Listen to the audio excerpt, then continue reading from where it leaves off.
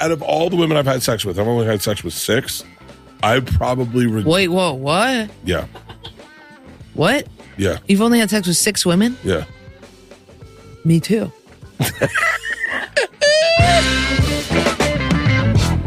Canada, you are absolutely perfect this time of year. That's why I'm coming to the Great Outdoors Comedy Festival. Vancouver, September 12th. It's me, Whitney Cummings, Miss Pat, Fortune Feemster, and Derek Stroop. Get your tickets at bertbertbert.com. I'll see you there.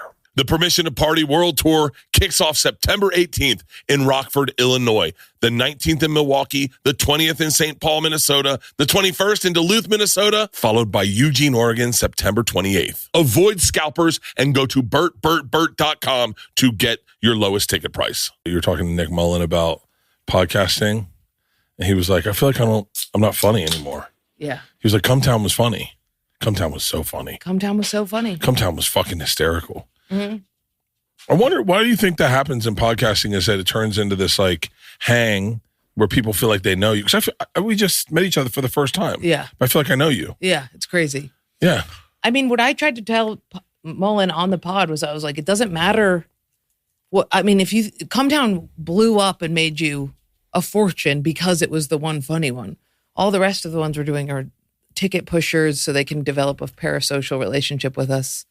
And we get to, plug our stuff and make some money off of it. Is there something wrong with that?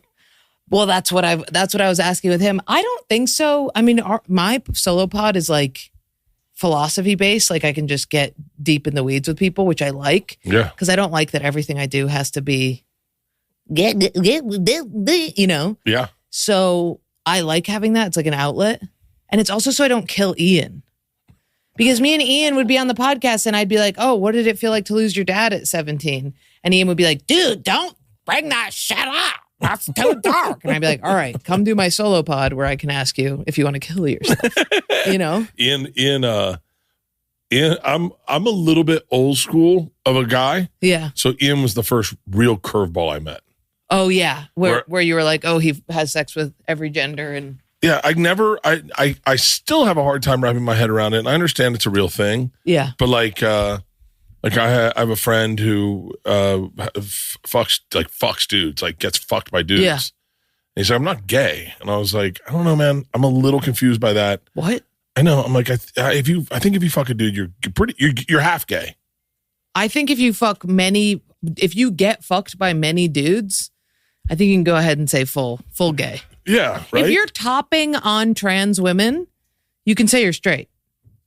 Fucking trans women. Yeah, if you're fucking a woman with a penis, yeah, you can say you're straight. But if you're getting fucked in the ass by a man, yeah, I think you almost are beyond bi. I think you are. Okay, if you, because I just found out not all gay guys get fucked in the ass. Of course. Oh, you say of course, like we grew up with that knowledge. I have 3 lesbian moms. You have 3 lesbian moms and your dad passed away. And my dad died. So my moms I've always been very steeped in gay culture. Really? And yeah, their best friends would come over and they'd be like, you're such a bottom. And they'd be like, I'm not a bottom. I've literally never had my penis in a man's ass. And you'd be like, wait, hold on. So at a young age, I had to be like, so a top? You know what I mean? No, so I know. A straight family never has that conversation. Oh, wow. Yeah. Like, that's sexuality was like almost forbidden. Oh, no, not in my house. No way. I knew so little about sex. When the first time I fingered a girl, I just put it in and left it there. Like I was taking her temperature. Wow. Like I didn't know. You, what is it called when Mormons stick their dick in there? Soaked. You soaked your finger. I soaked. I just sat there and looked at it. I was like, this is good, right? Yeah. But I didn't know. I knew so little about sex, but that's how at least straight families in the 80s, Yeah, no, not us. raised. We had like mantelpieces that were those like rabbit dildos. So wait, 3 gay moms. Is that a throuple? No, so it's mom and then Michelle, her wife, and then they split up and Michelle is now married to Donna. So it's my biological mom that made me with my dad. Yes. She marries Michelle, who becomes another mother. They split up. She stays like a mom. Yeah. And then she marries this other woman who becomes like a step mom or stepdad. That's kind of crazy. Does your mom have an issue with you having a relationship with Michelle? No, they're best friends. Yeah. That's another thing that really confuses me about gay. Yeah. It's like I burn it to the ground. I don't understand how they do that either. And I find it to be very, very frustrating. I'm going to be very candid. I find it to be somewhat toxic. Yeah. I think it's insane that like you're supposed to hate each other. In a relationship, you burn it to the ground. Yeah. Say horrible things. Yeah. They burnt it to the ground, but without the man's ego, you can repair. Because if you burn something to a ground with a man, they go, that never happened. I'm going to ignore you for the rest of life. If two women burned it down and they burned it down, there was cheating, it was chaos. But with women, they can go, hey, I still really love you and care about you. Whereas men, once you burn them, they be staying burnt. Oh yeah. Like when my mom became gay, my dad was just so mad, so pissed off. Yeah, was everything. We'd pass like a rock in the street and he'd be like, that was like a lesbian like your mother loves. And I'd be like, you're just finding things to be upset about. It was crazy. That's the gayest rock I've ever That's seen. A gay rock. I found his porn stash once when I was little. And I was like, what is this? And he was like, that's your mother's gay porn. And I was like, but it's big titty woman. And it ruined 2/3 of porn for him. Yeah, totally. Oh my God. How heartbreaking. Yeah. How heartbreaking. She leaves him for a woman and then says also, I'm going to take away the majority of great porn that's going to be made. I know. She's a bitch. She's a bitch and a dyke. I know. God. And 100% of porn it's funny that you call it 2/3 for men because it's 100% of what females watch. Heterosexual women are only watching lesbian porn, like exclusively. Really? Yeah. I would, how much? Okay. Cause I got a, not argument with Leanne, but I remember kept bringing up porn at a dinner party. I say dinner party a lot, like, around other parents. I brought up porn and she was like, yo, your subculture watches porn. Not everyone watches porn. I don't watch porn. Really? No, I hate porn. I go through phases. You go through phases of porn? I go through phases. But I also have jealousy. So if I were Leanne, it would really bother me that you watch porn, which is weird because the things that we're thinking about when we're not watching porn is so much worse than what you're looking at. Like what we pull up in our brains, women, it's like, us fucking your dad while you're tied up in the court. Like it's way darker than porn. You know what I mean? Because we're pulling out whatever we got and it's rough. You know what Leanne said the other day? She goes, you don't think, I'm gonna paraphrase. You don't think I get turned on by other things? And it fucking floored me. What do you mean turned on by other things? Like a guy digging a hole in the front yard. Oh, yeah. Sweat. I look at her as one of the Vestal virgins. Okay. Leanne. I forgave her for all her sins before me. Gotcha. And I accepted her for who she is. I brought her in. She was wet. She was tired. I opened the door. I bathed her. I fed her. I dried her. I then took her in. And I said, we don't talk about whatever happened before. Right. That never happened. That wasn't you. And from now on, it's just me. But I get to look at other things and be turned on by other things because that's very normal. Right. It's not normal for you. Right. It's not normal for women to do it to you. It's a sin. It's a sin. I would say it's a sin. I get turned on by vehicles. Like if I see a Land Rover, yeah, dude. The B-2 that we used to drop the bomb on Iran, an atrocity. The B-2 though is the sexiest piece of equipment I've ever seen in my life. Pull up a goddamn B-2. B-2 jet. Oh, what are we talking about? Whoa. Look at that fucking My dick thing. just got hard. Look at how thin it is. Yeah, dude, that could slide right in your pussy. Oh my God, it's so beautiful. You know what's funny is I call my mom and I go, Mom, what do you think about Iran? And she's like, Trump is such an idiot. She's a liberal lady. Mm-hmm. Trump is such, she goes off and then there's a pause and she goes, did you see the B-2s though? And I was like, yeah, I did, Mommy, I did. So your mom came to her sexuality in 1997? So maybe I would have been 8 when it happened. So I was born in 91, so 99 maybe. So your mom's my age. 60. A little older. Yeah. Yeah. Does that make sense? How old are you? Like 40 something. Yeah, I was going to say. 50, I'm 52. Yeah, you're way younger than my mom. No, but roughly, but we had the same upbringing, meaning taboos were taboos. Oh, yeah. She was Catholic. Yeah. No, Yeah. Where is she born? Ithaca, where I'm from. Ithaca, New York. You're from Ithaca? Yeah. Where Cornell is. Yeah, we're the weird locals. That's great. Yeah. She didn't go out in the world and say, I want pussy. She got worn down like I am getting worn down by women being like, look at you. You're gay. I mean, at a certain point, you have to just, I haven't done it yet, but she was around my age when she let it go. She was like 32 and she was like, fuck it, fine. But eventually just enough people bully you into it. What do you like about men? Like, let's take an objective male, okay? Let's just take one male. Let me see. Tom Segura. Or Tom's photographer, Sean. Let's use him. I love this. I love this. So Let's just to pull a random person. Just a random anybody person. Out of the world. Okay. Let's use his photographer, Sean. Okay, yeah. Sean. His trainer and photographer. So what do you like? Like what do you see in that turns you on? Forearms. Yeah. Yeah. He's in great shape. And one time he scooped me up. A scoop up. Women aren't scooping up. There's no scoop up. Oh, yeah, there is. Okay. The fact that I could, not I, but Sean or a male can not dominate you, but but care for you, hold you, lift you up. It's only a daddy black men thing. have done that to me. Yeah. Like a black man that's like bigger. Ooh, and he's like, did you feel the feeling? Did you feel how good it was? It scares me. It scared you. Oh, it made you think like maybe he was going to throw you. No. It scares me like because I go. What am I supposed to do in this moment? Like, do I play along? Do I fight back? I can't fight back. You snuggle in, baby. You just snuggle in. Kind of hold on and smell. Yeah. Yeah. The head on the chest is a big deal for me. Head on a woman's chest doesn't really work. Yeah. I have 3 moms and a dead dad. Like I'm trying to replace daddy. You know what I mean? How did he die? Heart attack. I figured. Yeah. Always. He was 58. Ooh. Yeah. So you better be careful. Do you know who you're talking to? I know who I'm talking to. That's why I'm saying. No, I work out like crazy every single day. You work out like crazy every single day? Yeah, but serious? don't you go so hard, fully loaded? Yeah, I go hard as shit, but I work out. I have a trainer come to my house every day. Really? I benched 325 pounds. Wow. I did 295. So you could scoop me up. Hardcore. I got into a fight with Leanne the other day because we were moving Isla into school. I've already said this on a podcast, but I'll say it twice. I don't care. Yeah. And she goes, well, we can't get this Chester drawers up the stairs. Don't worry. I'll just task rabbit 2 really strong men. And I go, I'm in the 0.5 percentile of the strongest men in this fucking state. Is that true? Yeah. Wow. Yeah. There is a 0.5% of the men in the state are stronger than I am.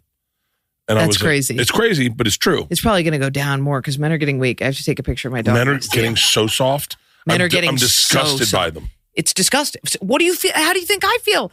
You have to either date a guy who's like so autistic that he doesn't know to be a bitch, or like a full retarded gym rat. Dude, the gym rat. I would go gym rat because there's a simplicity They cheat so much. The autistic guy won't cheat because you gotta find a guy that's been burned. Oh, and he cries. But crying men is cool. Is it cool? It's the coolest thing out there, I think. Really? A single tear I can do. The slow tear. Whoever, please do not play a montage of me crying. Do you do a lot? Do you do a lot? Do you do Sabi? I cry. Yeah, but don't you do it out of joy or you do it out of sadness? I cry out of everything. Movies. Movies. Oh, yeah. I cry at movies. I cry. I had a bad one the other day. We put our dog down and no. Yeah. Well, that's like. Oh, but it was. I cry uncomfortably. So like I can tear up and get emotional about anything. Yeah. And I can hold it together where it looks uncomfortable, but when I let go. We were putting our dog down. We were in Hawaii on vacation, my whole family, and my dog got sick, and they said, he's not going to make it. We need to put him down, put him out of his misery. And so my assistant, Peter, my old assistant, Peter, was really close with that dog. So he went over to be with Mac when he went down. And Peter put his phone right in front of Mac's nose. Oh, my God. So we were watching Mac take his last breaths. No, I would have passed out. And I was fine. And then all of a sudden, only Leanne could do it. Leanne and the girls were making fun of me about it because I was like, I love you, Mac. I'm like, crying, and they're like, Dad, calm down, let him die. Yeah. Let the dog go. Yeah. You don't want his last words to just be your face going, no, please, no. So wait, do you party? No party. Got sober? I'm sober. I just can't. I'm not like an alcoholic or anything. I just I'm working too much. And the feeling that I have after I get fucked up is so bad. It's so anxious. For real? Yeah. The next day, first of all, I was addicted to Coke for a while, a little bit. Okay, here we go. That's okay. I was addicted to Coke for a while, but the feeling I get like between bumps was so dark that I had to stop. Mushrooms, I'll dabble in a little. I did poppers the other day. That was fun. Wow. Yeah, just a little bit. Really? Yeah, because I was at a wedding and everybody was wasted, and I was like, I don't want to like get drunk, but I would like to. So for you, it's about tomorrow. A little bit. Yeah, it's all tomorrow. It's all feeling fat. It's all feeling sleepy. It's feeling You're in great anxious. shape. Why would you ever feel fat? Thank you. Oh, I used to have type 2 diabetes. I used to be huge. Oh, that's right. And you sucked to get rid of it. Yeah, I sucked a lot of cock. Wait, hold on. Is that, I'm paraphrasing. No, that's true. Because the ladies in the office watched your special last night. Yeah. Yeah. And then I just realized that if I was skinny, I could get boyfriends. And then I just started blowing dudes and I didn't have to eat anymore. The hardest thing in the world is to lose weight. It's the hardest thing in the world. The hardest. Unless if you have that weird switch where you go, this addiction, like I did that with Coke, where I was like, it's either Coke or food, choose. And this one I was like, it's either cock or food, choose. And I chose cock. But if you just have to like live a balanced life and lose weight, it's rough. It's rough. I would say it's almost near impossible. Yeah. Like I said to Leanne, we were at taking an Isla school and I was like, and I woke up at 9. She goes, we got to be at her apartment at 9.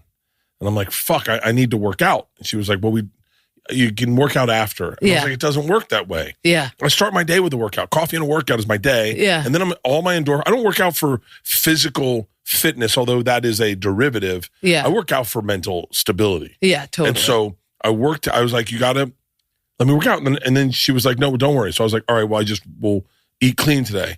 And then she goes, we're going to Sliders or some shit. Yeah. And I was like, hey, we can't. And then Leanne's defense was, hey, we're taking Isla to college. You can't let go. And I was like, yeah, but last week we were in Hawaii. And you're like, it's okay, we're in Hawaii. Yeah. And the week before that, we're in fucking Red Rocks. And you're like, maybe she wants to keep you a little fat. No, she does not. No, she does not. She wants you skinny? She doesn't want me skinny, but the weight I am right now, she's not happy with. You look great. Oh, thank you. Wow, Tom is getting skinny. Like disgusting. He's getting skinny. He looks like It is crazy how much younger it makes you look though when you lose that much weight. He looks like a baby. He almost looks 60. Huh? He looks so fucking old. Yes. How old is he? He's like, I think he's 55. No, him and Rogan graduated college together. 55? 56 maybe? How old is Joe Rogan? They went to college together, I think. I think he's 58. Tom's 58. Wow. That's crazy that's the same age my dad died. My dad looked like shit. Wait, describe your dad to me. He had a little ponytail. He was a hippie man. Oh, he was very buff, but he looked And old. did he eat like wild and drink like wild? He smoked weed like wild and would just eat a lot of donuts and Reese's peanut butter cups and Klondike bars. So is that where you started gaining weight? Yeah, at my dad's. Have weekends with your dad? Yeah, you'd be yeah. like, oh, we're getting fucking loose. Oh my God, he would let me eat these giant 12-inch subs. It was sick. It was awesome. I would eat so much cinnamon toast crunch. There's a bit in the special where I talk about getting into the hypnotic state of the milk cereal paradox, where you have to keep adding the cereal in the bowl and then the milk in the bowl, and then you have a little bit of milk left, so you add the cereal and you get in a trance. You can talk very romantically to me about food, and I can get lost. Yeah, like food. I love any coach shit, any coach talk. I get really into coaches. Coach? Oh, like coach, like for sports? Any sports coach where he goes, I heard one coach say this one time, I've never forgot this. Do today what you're going to be grateful you did 5 years from now. And I was like, wow. This is a fucking great fucking. I get really motivated by coach talk too. Like when I do a group class, what did the guy say the other day? He goes, you're best at what you do the most. And I was like, yeah. Yeah. And it's the dumbest. It's so like 2 + 2 = 4. But I was like, if I do it the most, I'm the best at it. And it like totally motivates me. I'm a sucker. I heard I've heard Joe say this, but I've heard do the thing that makes you uncomfortable. Yeah, yeah. And for me, it was taking chances and stand up at different clubs. Interesting. I have weird social anxiety that you don't see. I've done that so much where I've just stopped putting in at other clubs because I'm so comfortable at the cellar. Yeah, and I don't want to go fucking. Like I remember they were like, "Hey, can we get you up at the Laugh Factory?" And I was like, "Nope." No, I don't want to go see a new place. I don't want to walk through doors I don't know. I don't want to go up on a stage where it isn't my... I get uncomfortable here at the store where I'm like, hi, yeah, I'm going past. You're such the store energy, though. Great. Hell, I just got my name on the wall.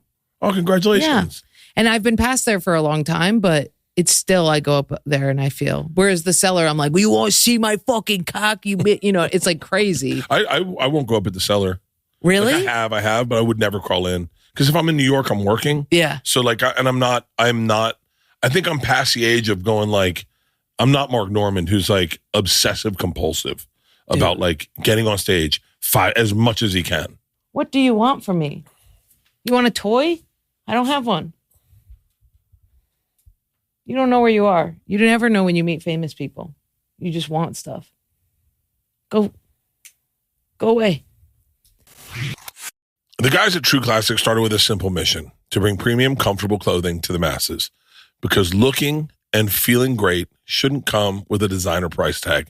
And clearly people agree. People voted with their dollar, and True Classic has sold over 25 million shirts to more than 5 million customers and racking up over 200,000 five-star reviews. This brand isn't just about fabric or fit. It's about helping guys show up every day with confidence and purpose. Their shirts fit where they should, feel incredible, and don't break the bank. You'll get that tailored look without sacrificing comfort or blowing the budget. I've been wearing True Classic for a while now, and you can tell the difference the moment you throw one on. It's tailored where you want it and relaxed where you need it. No bunching, no stiff fabric, no BS. Just a clean, effortless fit that actually works in real life. I'm telling you right now.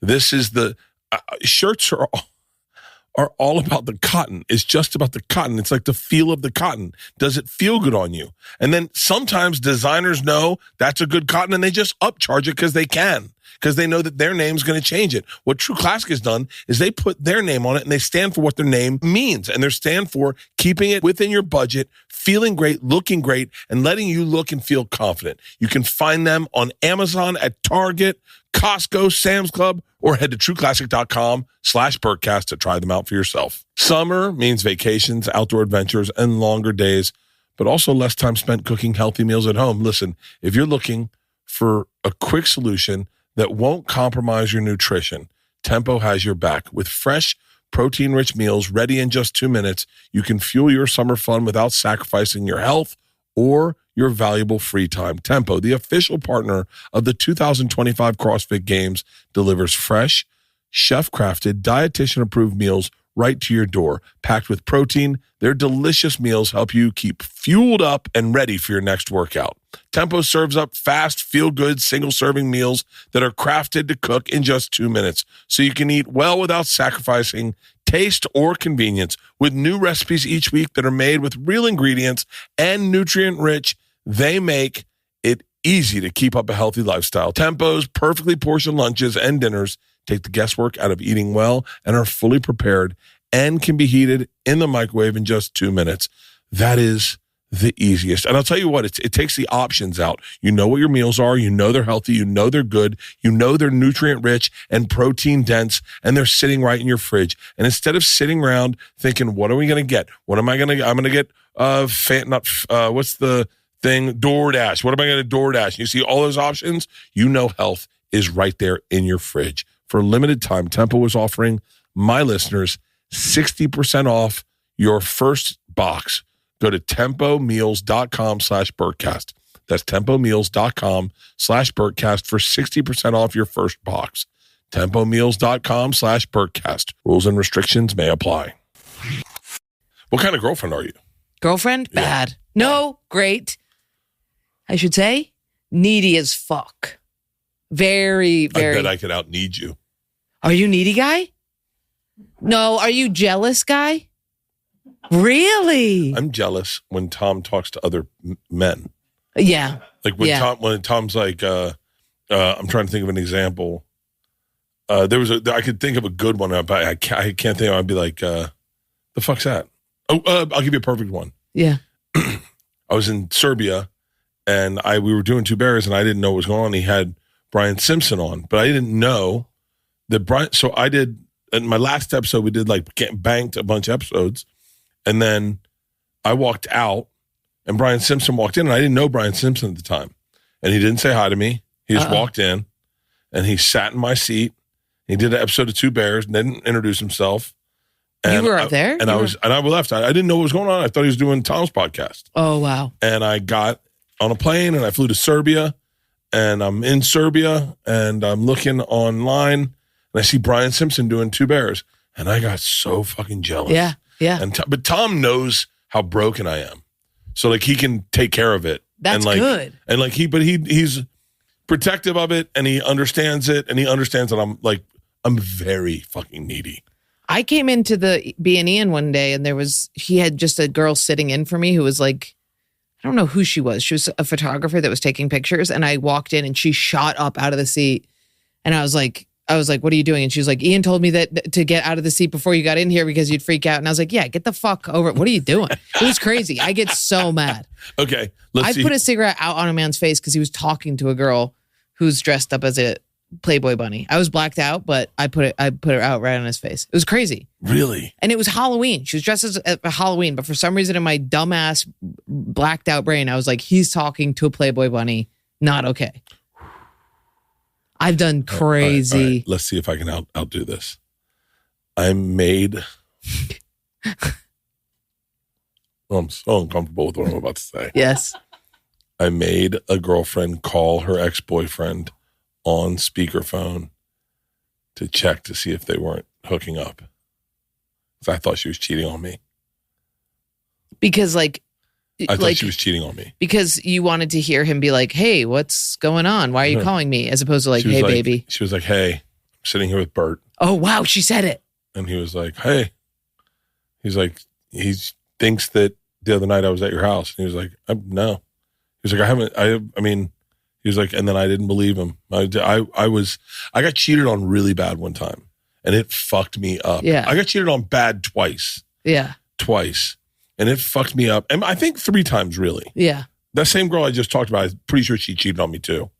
And so I just got to a place when I moved to New York, I got to a place where I was like, I don't trust women anymore. And I don't believe them. And I don't want anything to do with them. And I was like, what I will do is I will get successful as fuck. And then they'll need me. And I'm going to make them come crawling on their knees to spend time with what they will only find is the greatest man alive. That's what I did. Yeah. That's my entire life. There's the only reason I do comedy is so that men have to crawl on their knees. That's it. Men should crawl on their knees for you. Thank you. Do you know what you have? What? You have hot cousin energy. Thank you That's huge. Like it's hot cousin energy is like little trashy. Fucking so fun. That's so fun. It's like you look, because you're family, you look forward to these family reunions. You know that you're attractive. You know it's a cousin, so it's kind of like dirty. Out of your league. Yeah. But you're also like you remind me of my cousin specifically. Nice. Yeah. Nice. I think I had a cousin that I fooled around with as a little kid. For sure. You get into it. You get into the weeds. Wait, speaking of cousins, here's a one-up jealousy story. Okay. I accused a man because his sister looked like me. Her name kind of sounded similar to mine, and they were so close. I accused him of being in love with his own sister. Can you top that? You're in love with your sister. I would say that out loud. I would get jealous when they spent time together. No, I can't top that. That's a good one. Mm-hmm. That's a good one. I got over it with Leanne. Or at least I kind of turned a blind eye to jealousy. Okay. How do you do that? Teach me. I haven't totally. Okay. One time someone asked her, I don't know, maybe I asked her, I was like, about, I can't even say this correctly. This is tickling something in me that is so vulnerable. That's good. Someone asked her if I had the biggest dick she's ever been with, and she just didn't say yes right away. And I was like, oh my God. And then she defended it with like, well, I've been with other men. Yeah. And what I had to do is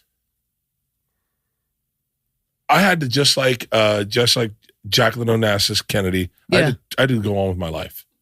An atrocity happened right in my eyes. I gotcha. And I had to turn my pillbox head. I gotcha. And I had to go on with my fucking life and go, You know what? It didn't happen. I didn't hear it. Jackie Kennedy's eyes are so far apart that sometimes I'm like, maybe she just missed the whole thing altogether. I mean, really shocking. If you guys pull up a picture of her, fucking hammerhead. She's super hot, but my God, is the distance between her eyeballs extreme. Whoa. Yeah. You ever notice that? Look how far those fuckers are.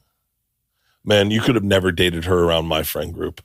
Why? My friend group would pick apart a woman so quick. Me too. That they'd go, she's not bad, but I mean, if you're into those kind of ankles. Yeah. And you'd be like, what? Yeah. And then this girl that you fucking fell in love with was like the best one ever.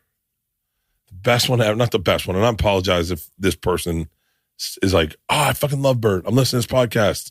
And oh, I love Jordan. Oh my God, I went to college with Bert. The best one ever. It's just horrible to say, especially as a father. Okay. Our buddy, I want to say his name so badly, but our buddy meets this chick. I want to tell you the specific details so badly, because it just makes it richer. Yeah. But he goes, we're at the beach, and he was like, dude, what a fucking dream, girl. And they're like, everyone's like, really? Yeah. He was like, oh yeah. And then he leaves, and I go, she is beautiful. And they're like, do we wait for him to find out, or do we tell him? And we're like, tell him what? And she goes, she's got one hand. Oh. And she was so good at hiding it behind her purse. Yeah. That you never knew. Yeah. And it was almost cruel how much they allowed him to get into her before they revealed it to him. And then the look on his face when they were like, you know she has one hand. And he was like, no, she doesn't. And they're like, yeah. Yeah. And when she walked in, the discovery was like, it was why he was like, oh.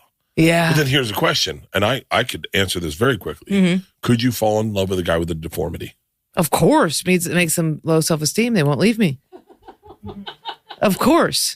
Of course. I dated a girl with cerebral palsy. Hell yeah. Hell yeah. Yeah. It's the best. Hot girl, no hand, ideal. Actually ideal.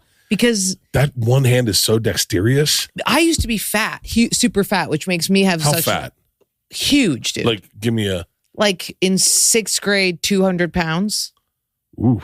Like a tire like this. Like a big... Yeah, huge. Like I had to get plastic surgery to remove a bunch of loose skin here. For real? Yeah, totally. So like the used to be fat now makes it so I'll blow any of these fucking homeless people outside. Like it just lowers your self-esteem so you're nothing. But one hand is nice. No loose skin. No food addiction. Gorgeous. Just no hand. Gorgeous. I would sacrifice man's hand. I'll sacrifice a cock. I'll sacrifice their cock. If they're super hot and they know how to build stuff, take the cock. I don't need it. Borrow one of my mom's strap-ons. Anyway. Yeah, it just gets in the way. But yeah, a forever person that has low enough self-esteem, ideal. I could look past a deformity. Yeah. What would you stop at? Wheelchair. Yeah. Interesting. I would get frustrated pushing her around places. Lifting, the carrying. Yeah. I agree with that. I would do it with Leanne. Like just having to get a van and like. Oh yeah. And like be like, I don't know. I mean, I think that I remember thinking like, I have like 9 ideas on my head right now, but I think that was where I'd get like, if she could be self-sustainable. Right. Like if there was a man who could lift themselves out of the wheelchair, do little wheelies with it, and they were quick with it. Dudes in wheelchairs that are jacked. Yeah. Where they're like doing pull-ups in their wheelchair. Right. And they know how to usually do, like, women in a flip wheelchair over. are just like, hey. But if she was quick, like if she was almost like a BMXer girl in a wheelchair. Oh yeah. Fine. Yeah. If she could hoist herself around and when you tried to help her, she's like, don't. Do you remember the video of the hot chick that walked into the propeller? What? No. What? Type it in. Hell yeah. Fucking hot blonde walked into a propeller and lost both her hands. There's a video of it? Watch this. I think they have a video of it. Laura Scruggs Kennedy. There's another Kennedy. Oh, I forgot she walked into it with her. Wait, hold on. By the way, I'm sorry, Laura Scruggs Kennedy.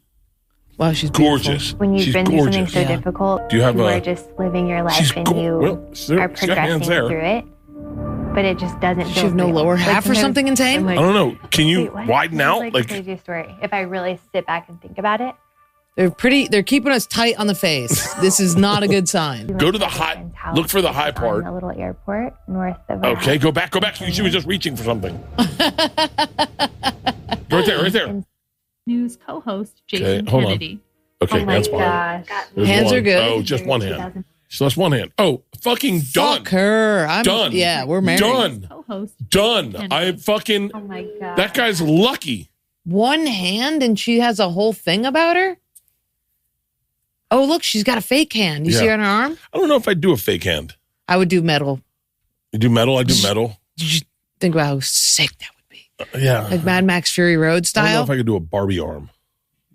No, the Barbie arm is scary. I think it would feel like Novocaine, where Do you you'd feel like want it to you have ever nerve endings, but it lost wouldn't. I would do a faith in really anything? like steampunk arm. I mean, it's you know, it's so crazy. It's so, as comics, it's so easy to lightly joke about something like this, but it's the worst day in someone's life. yeah. The worst day in someone's I life. lost my arm. Yeah, and as Laura Scruggs is going like, yeah, it's funny. Yeah. It's like David Tell.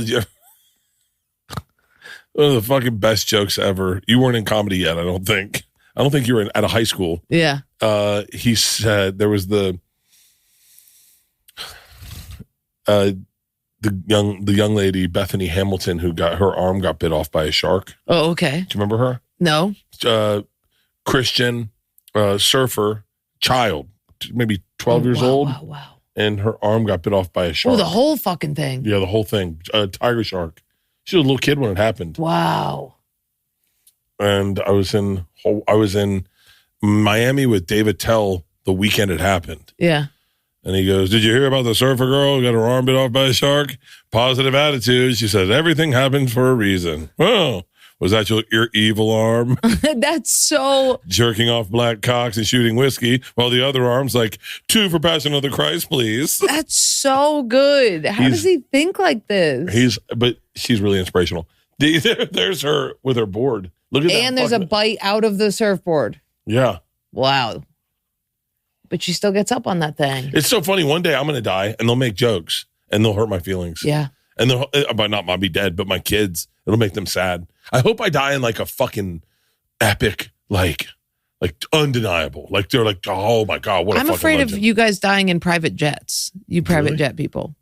Us private jet people. Well, you know, when people take private jets, I get worried about it getting smited. I worried about it getting chosen. Like they're like, that's a commercial jet full of children.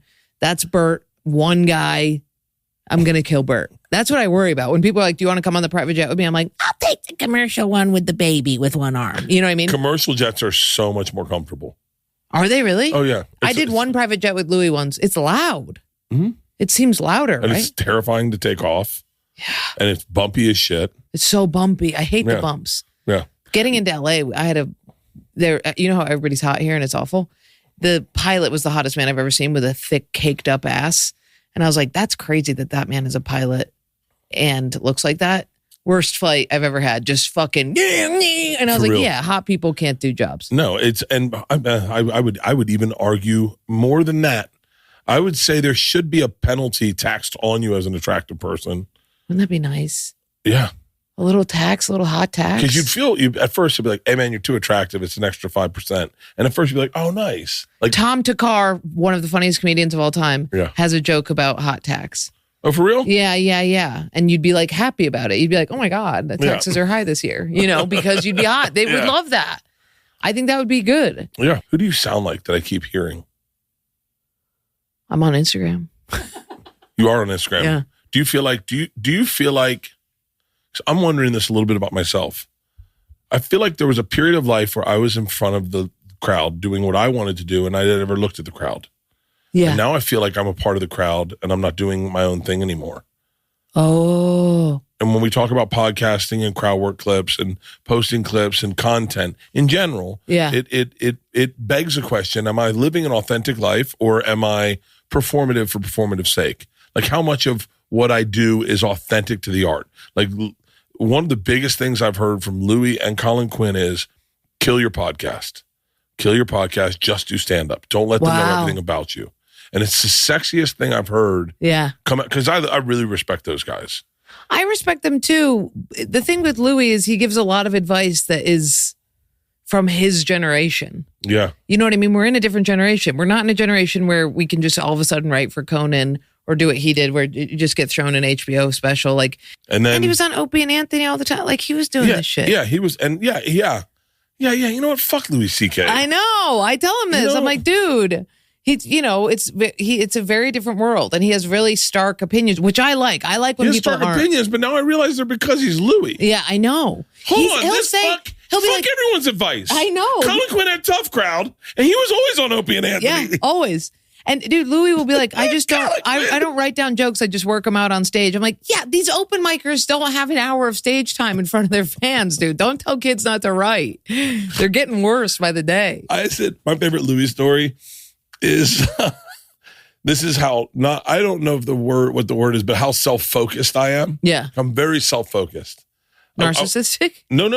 I think narcissistic is overused. It's very overused. I think you can be self-focused. Like, okay, think about this for 1 second. Okay, really think about it. Okay. Name the 5 things you think about most often. Meaning, like when I quit, one time I was thinking about quitting drinking. And I was like, maybe I won't, maybe I will, maybe I won't. And this guy, Rick, came up to me and he was like a sober coach. And he goes, seems like you're spending a lot of time thinking about drinking. Right. And I was like, yeah. He goes, wouldn't it be cool to just not have that in your head? Mm-hmm. I said, well, yeah. And he goes, then quit drinking. Yeah. And I went, huh? He goes, or don't, but stop with the conversation because you're wasting space. And so I was like, wow. So I was like, I'm never going to let drinking become the thing. Yeah. So I'm like, I'm just never going to quit drinking. So I know. Okay. We went there. Okay. I thought we were having a little breakthrough here. Am I going to quit? Am I not going to quit? Am I going to quit? Am I not going to quit? But do you wake up and you go, I wonder what, like for me, I had to quit candy because I would wake up and be like, I wonder at what time I'm going to get Swedish fish or some cupcakes. No. You don't wake up and go, I wonder what time I'll have a drink. No. That's great. Yeah. I never think, wonder when I get a drink.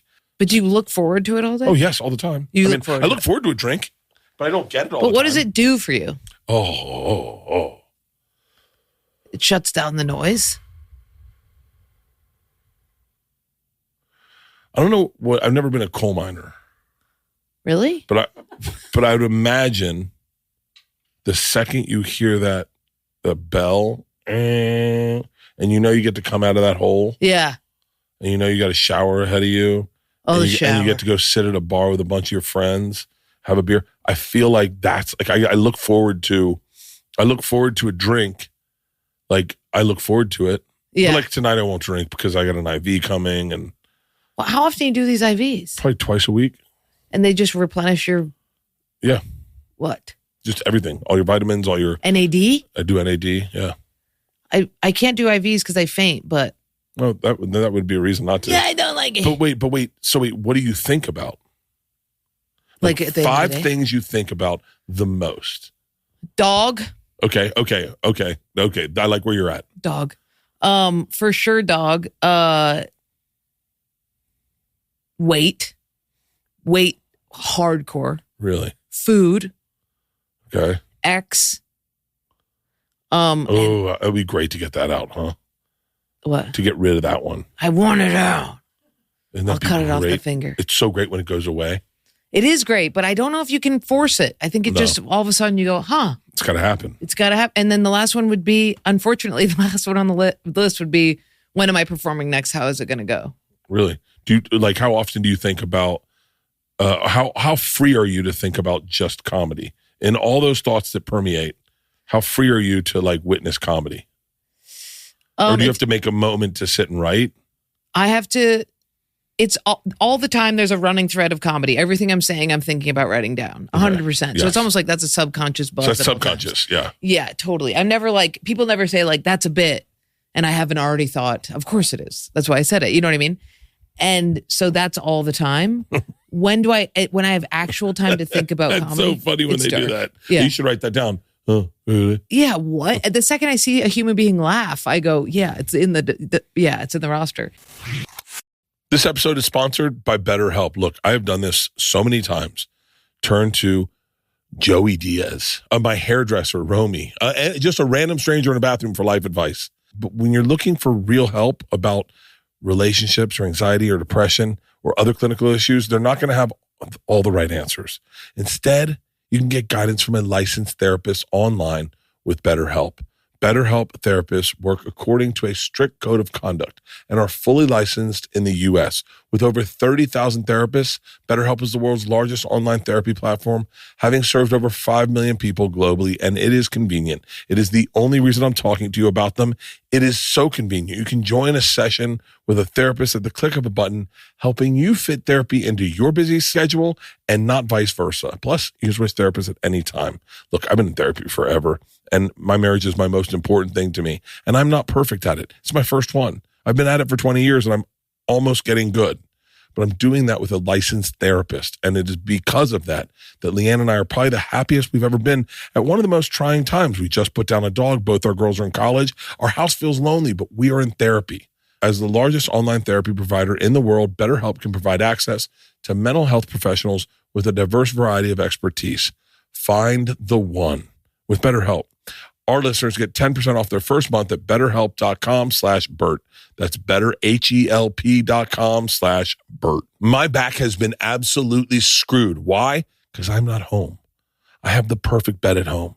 When I sleep in a hotel, within minutes, my lower back where I fell off that waterfall activates in a heartbeat from stretching my arm like this. I'm a side sleeper, but not every bed out in a hotel room is meant for side sleepers. My one at home, my Midnight Luxe medium feel for side sleepers is perfect for me.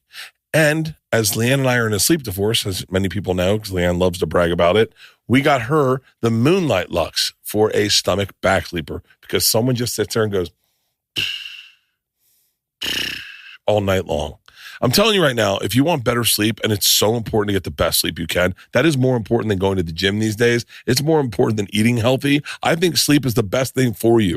Go to helixsleep.com/Bert for 25% off site-wide. That helixsleep.com/Bert for 25% off site-wide. helixsleep.com/Bert to find the right mattress for you. Take their sleep quiz. 2 minutes. You will be done. You will get your mattress and it will be shipped directly to your door. So easy to set up in 2 minutes as well. Go to helixsleep.com/Bert for 25% off site-wide. Okay, wait, what do you lie to your therapist about? I lie to my therapist about, like, if you do kill somebody?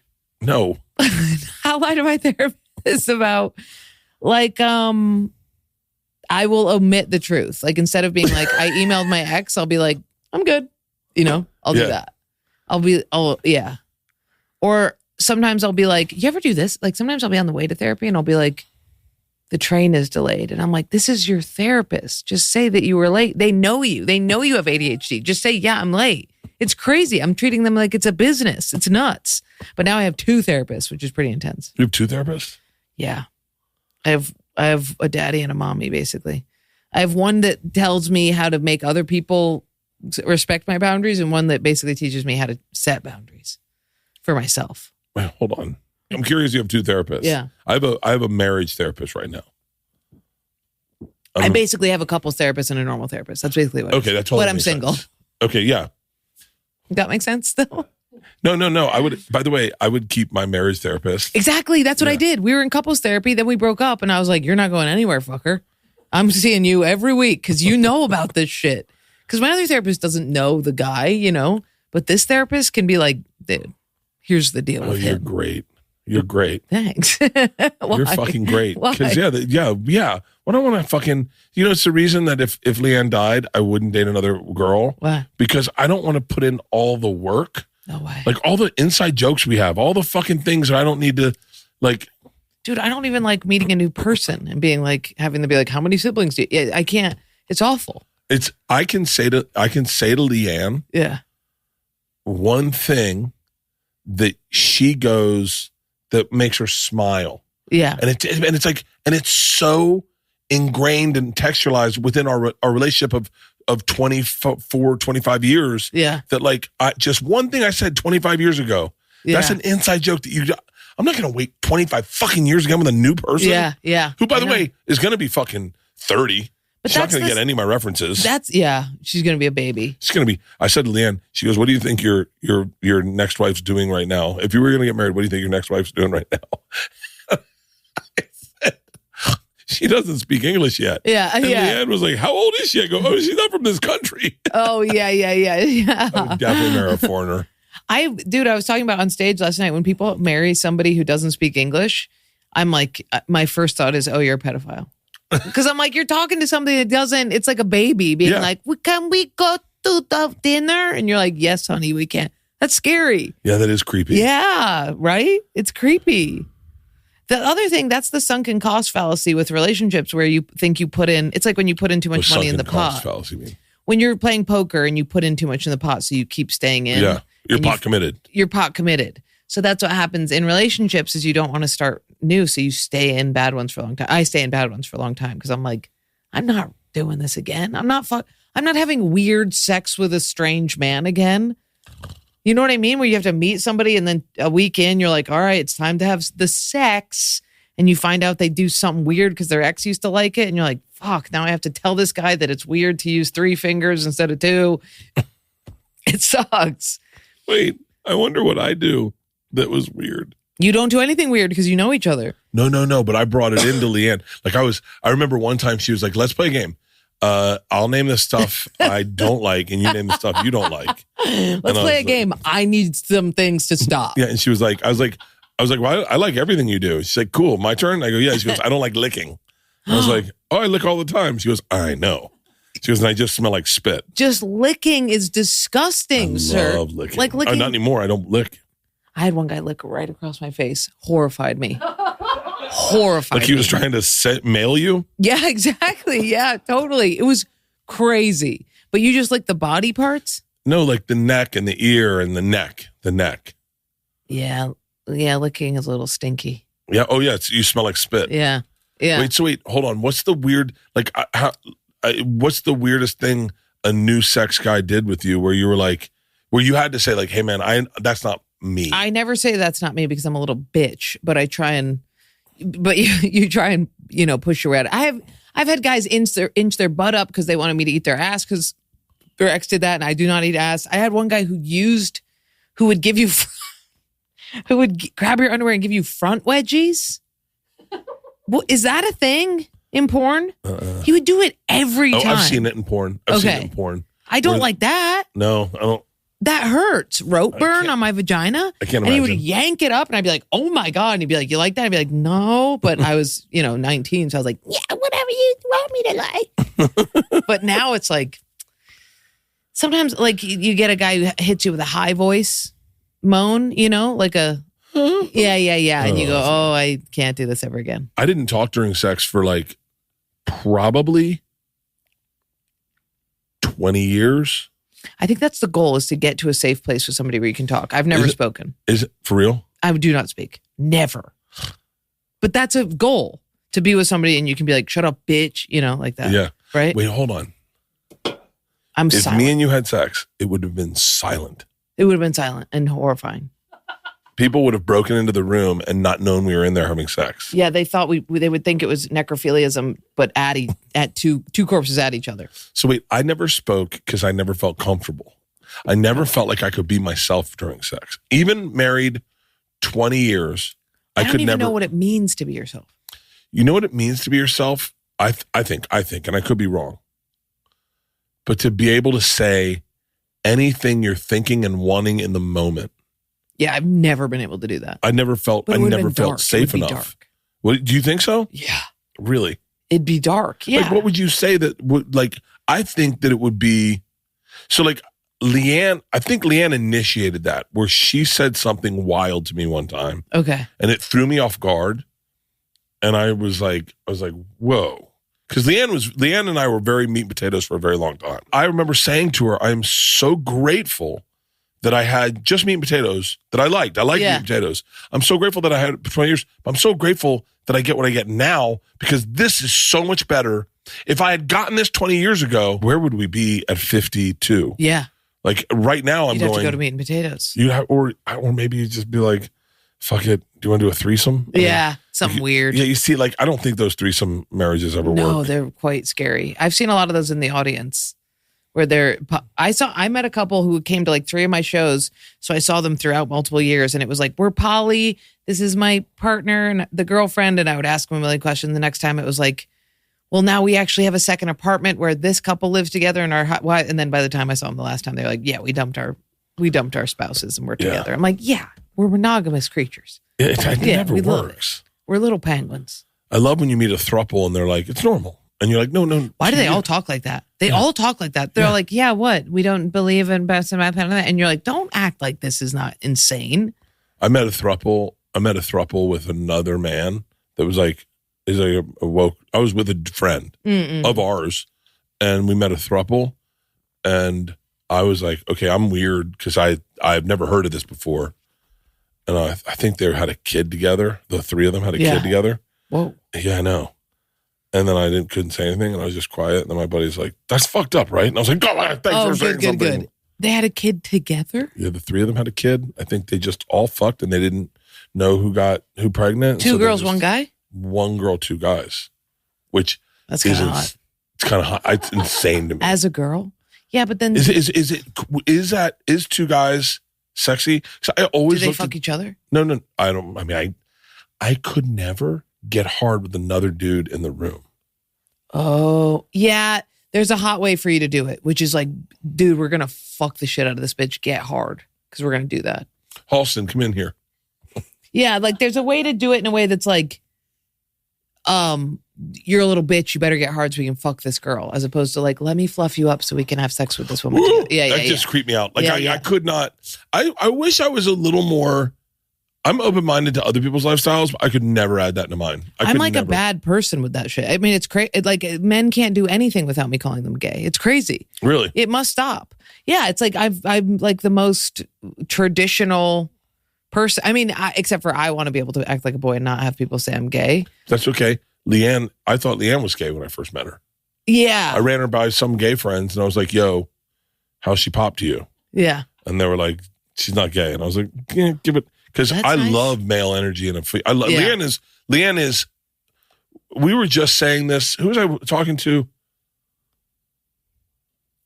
I was just talking to someone the other day and they're like, could you marry a woman who wore the pants in the family? And I was like, I did. Yeah. Like totally. I married a very domineering, very alpha female. Yeah. Who, I'm very comfortable with. Does she have jealousy stuff?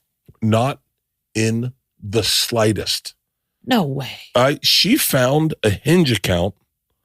Like, I don't know how it happened. Someone just, it's on an old email too. Like, okay. So I haven't looked at this email. Last time I used this email, my sister was in college in Hawaii. So that's the last time my sister's now 50. And you had a Hinge account? Hinge went back No, I had a website or an email address, AOL.com. Okay. It's bmankillsit at AOL.com. Shoot me an email. I don't know how to log into it. I haven't used it in fucking 30 years. But there was my business manager sent like, yo, we've got billed on this Hinge account. You might want to ask Bert about it. And Leanne's like, hey, did you get a Hinge account? And I was like, no. Like, she knows I would never cheat. Yeah. I go, no. She was like, and she started busting my balls. And I go, it's from my bmankillsit at AOL. How would I ever? Yeah. I don't have the login for my current email. Yeah. Like, I don't have a login for any of my emails, let alone that one. Yeah. And someone used the Hinge on bmankillsit. It was like a different person? It was like... It must have been someone logged into that AOL.com account. Wow. Must have. I don't know. I mean, I've never... By the way, I'm not going to use Hinge. Yeah, I know. Well, I don't even know. I've never even heard of Hinge. What would you use? Isn't the hot one Raya? Yeah, Raya that's the one that I'm on, but it's so brutal because the men on it are men who have like headshots. Really? Yeah, they have like glamour. I can't show you, but they're like glamour shots. Who wants to date a guy with a glamour shot? No. You know what I mean? I'm like, how do I get the blue collar people from Hinge onto Raya? Because you can't do the Hinge because they're like, are you Jordan Jensen? I love Ian Fidance. And I'm like, we can't talk. And then you get on Raya where you see, it's crazy because you can just see who got divorced in our industry. For real? Yeah, totally. You're like, oh shit, they broke up. Oh, no all way. the time. Yeah, it's really weird. Have you ever Raya'd with a comic? Totally. For real? Yeah. I'll tell you. Oh. Can we bleep it? Yeah. I saw, I mean, I didn't match with him, but is on there. There's a bunch of comics on there, but you can see who's like split up. And it's very weird. There was a person I matched with that was an actor that played the cancer boy in 3 Body Problem. Oh my God, I saw that. He's the sick one. Yeah. Yeah, I matched with him. It's very weird. That's crazy. It's kind of nice because you realize that like no matter how famous you get, people still can't meet other people organically. You know what I mean? Like you'd think you'd get enough money, you could be like, assistant, find me the perfect man. Yeah. You know, but they don't. You have to fucking swipe. The guy that we bleeped his name out. Yeah. I have a friend who's I don't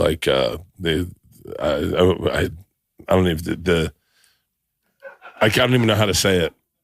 We got to edit around this. I don't know the right way to do this, or we ruin our careers. We'll go back to, so Leanne is not jealous. Here's the deal. She knows me so well. Okay. And she knows my eccentricities and what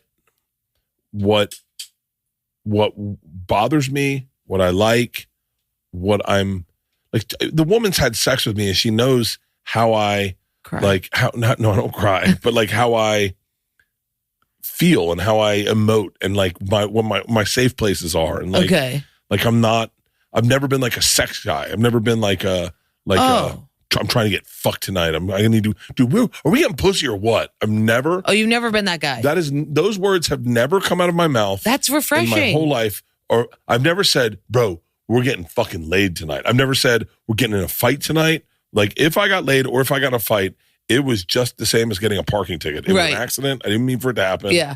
And you kind of regret it. And I kind of regret it. 100%. Yeah. There is, out of all the women I've had sex with, I've only had sex with 6. I probably regret. Wait, whoa, what? Yeah.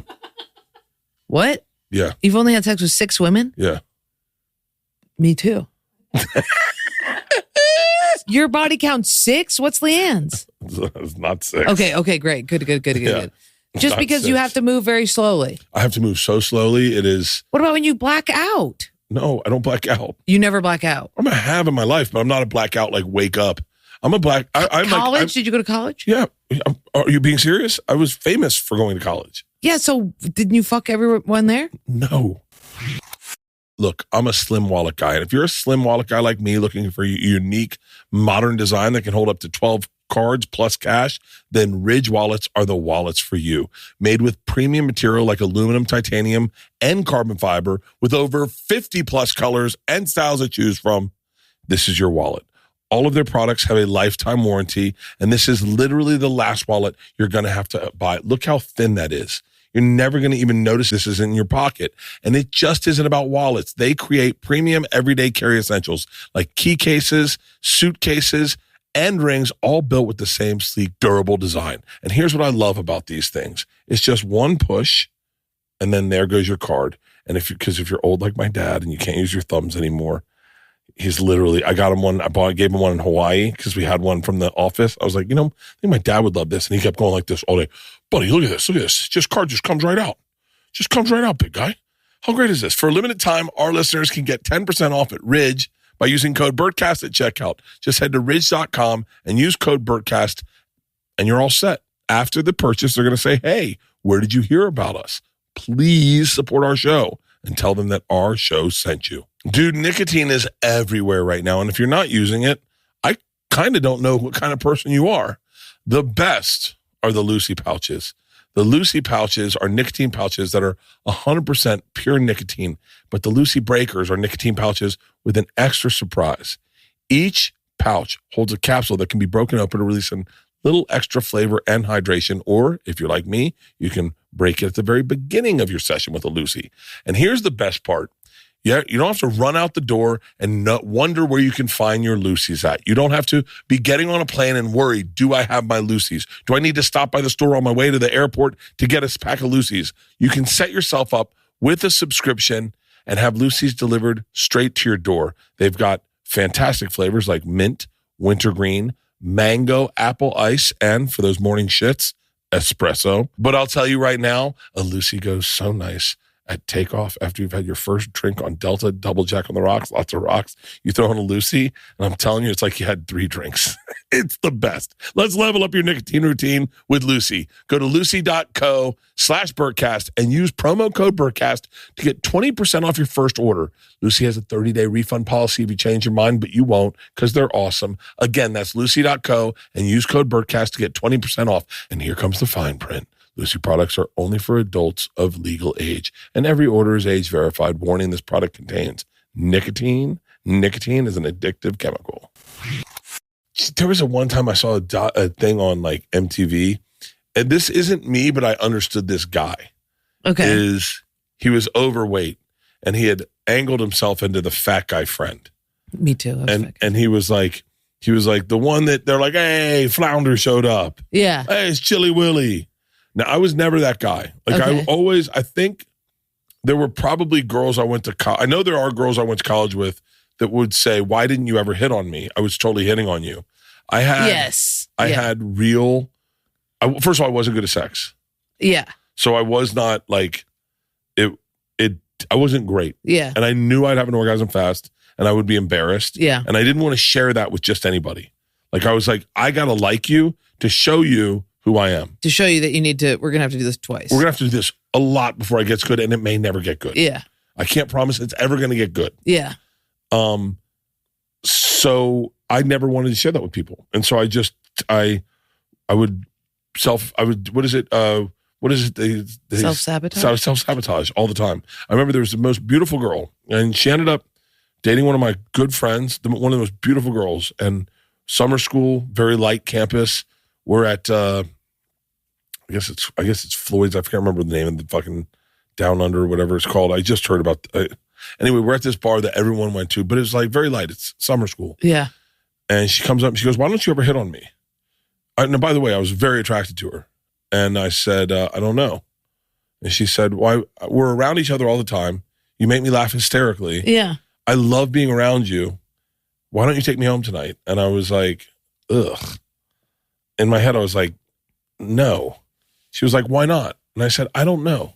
I said, that's not how I operate. Like, I can't, like, it sounds like it's a sure thing. Any guy would want it. But the fact that you said it like that makes me feel like you're up for anything. Like, like you're not just into me, you're into a good time. And you're the girl who, if somebody makes you laugh, you fuck them. yeah. Yeah. I'm like, not that guy. Yeah. I'm the guy that goes, yo, we connected.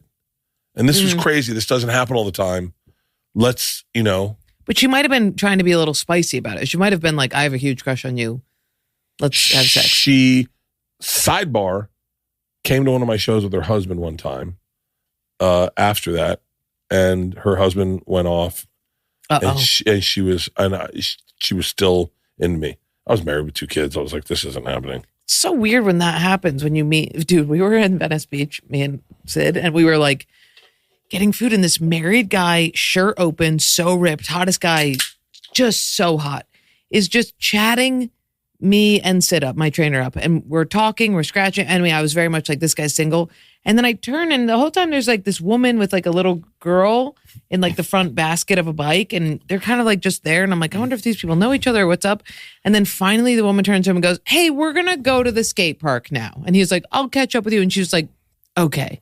And I was like, is this like California shit where it's like, is that an open thing? There are guys that can't turn it off. Mm-hmm. If they turn it off, they feel like they're dying. I have friends like that. Yes, that was my ex. He would feel like he was dying. Because I want to know what it feels like so bad. What? That feeling of dying. Of like like when a guy's like, I can't be with one person forever because it feels like I'm losing a part of myself. I'm like, how do you not see that? How futile that is? How do you not see that part of yourself was never a part of yourself? Yeah. That's the part you're trying to get rid of. Right. The part of you that wanted to chase and hunt and fucking be virile. Yeah. That's not a good thing. The good thing is there's nothing better than sitting in a room with someone and not talking. Yeah. And not thinking, I'm so uncomfortable that I'm not talking. Yeah. And I wonder if they're upset with me. Yeah. It's so, God, now I want to drink tonight. I didn't drink last night and I felt so fucking good today. But now that Leanne's home, I was like, I was You just about to wanna drink with say, your wife. one of my favorite things Leanne does is she'll go, because Leanne doesn't drink often. Please, oh my God. Does it gross you out? No, are you kidding me? It's possibly the sexiest thing I've ever seen. Oh, sorry. You want one? No, I quit a year ago. Oh, I'm sorry. Yeah. Are those 8s? 6. Oh. No, Leanne will go, do you want to get a signature cocktail and get in the hot tub? And I go, absolutely. That's so nice. Oh, it's that not one part of me would look forward to finding a chick this evening to have sex with. But I don't understand how it can be so dare. I feel the same way. Since the idea of going out and seducing somebody and being like, I'm going to put on all the tricks so that they like me and then dump them. You know what it feels like? It feels like if I were building a foundation and I had bought a house and I knew it was on a fault, like I knew it was going to be sunken no matter what. It would feel so bad to keep laying brick. I'd be like, no, I have to sell this plot. I have to get one that I can build a house on. But the men who are into the like chase, I'm like, why do you want to spend so much time laying a foundation with a person that you're just going to toss anyway?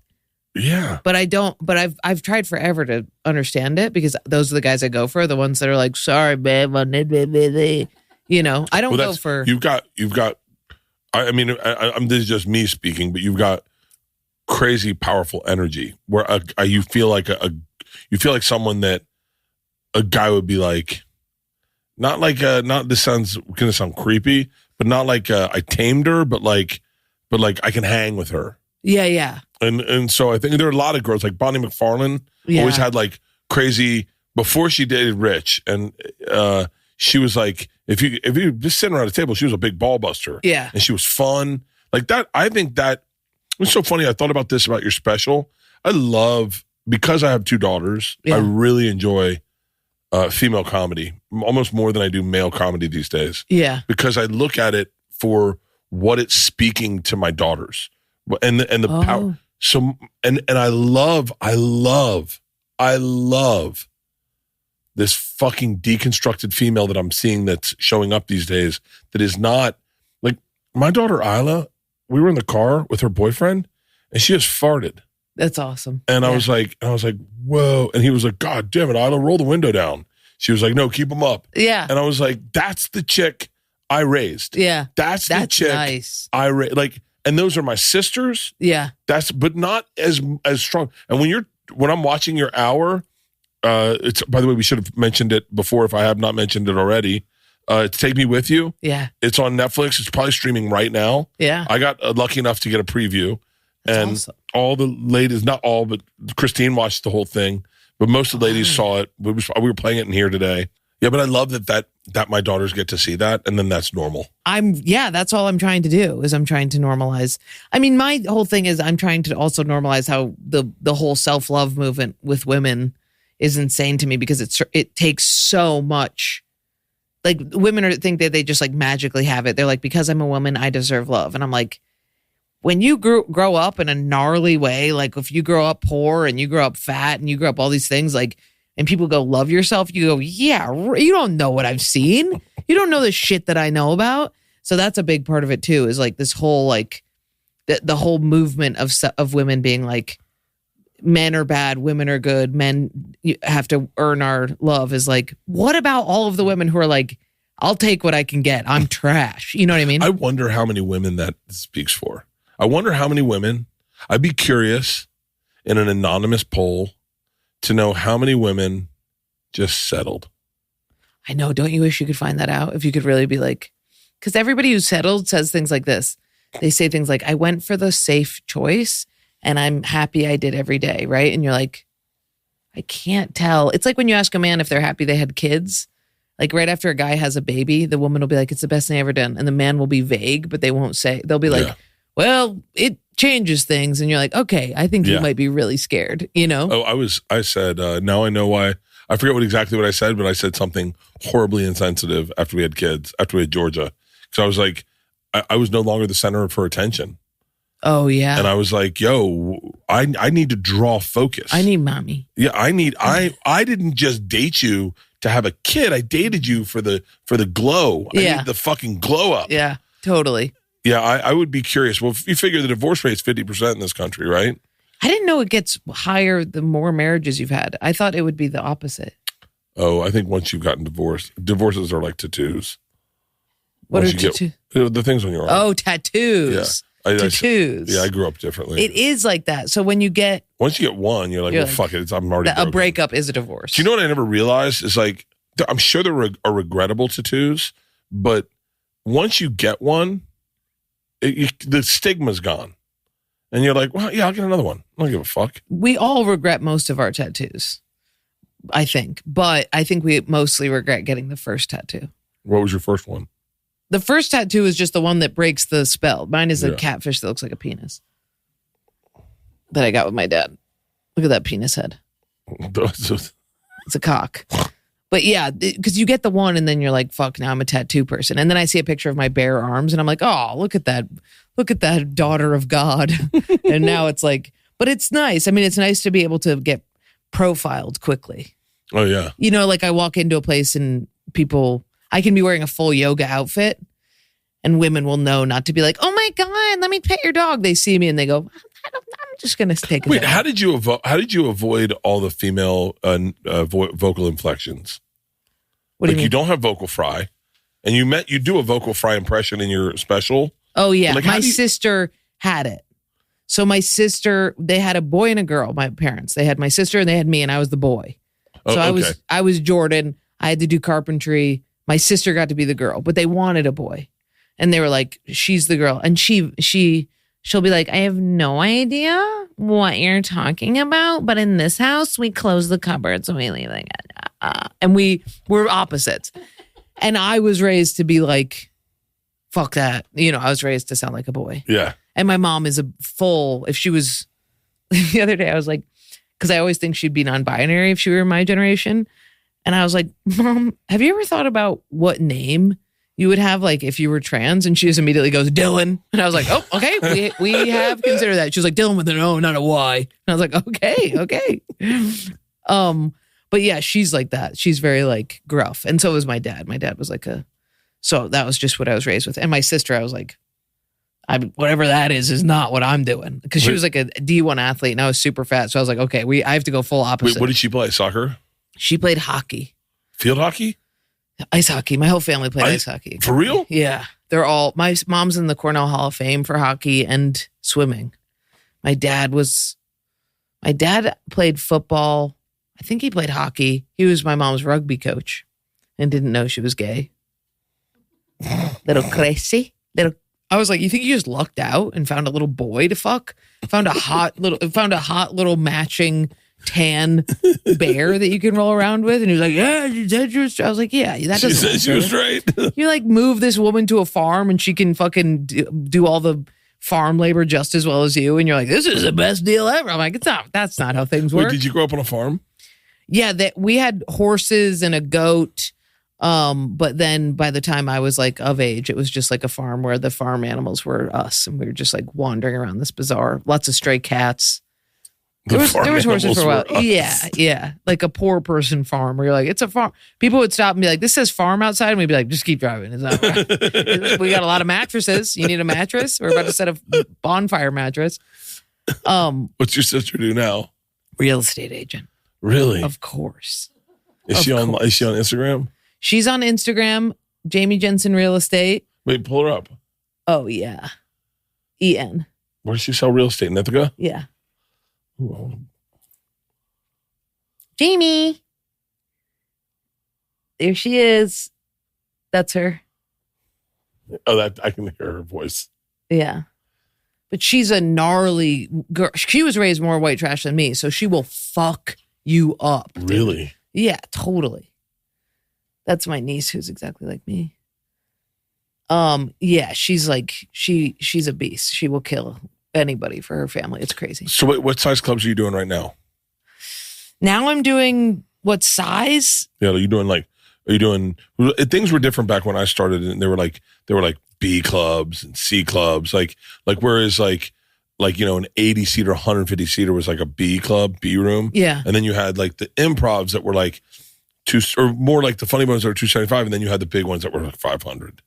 Okay, so I'm doing like a mixture of theaters and clubs. Oh, nice. So like improvs, the clubs that are the best, doing those. Yeah. And then I'm no longer doing Funny Bones, let's say.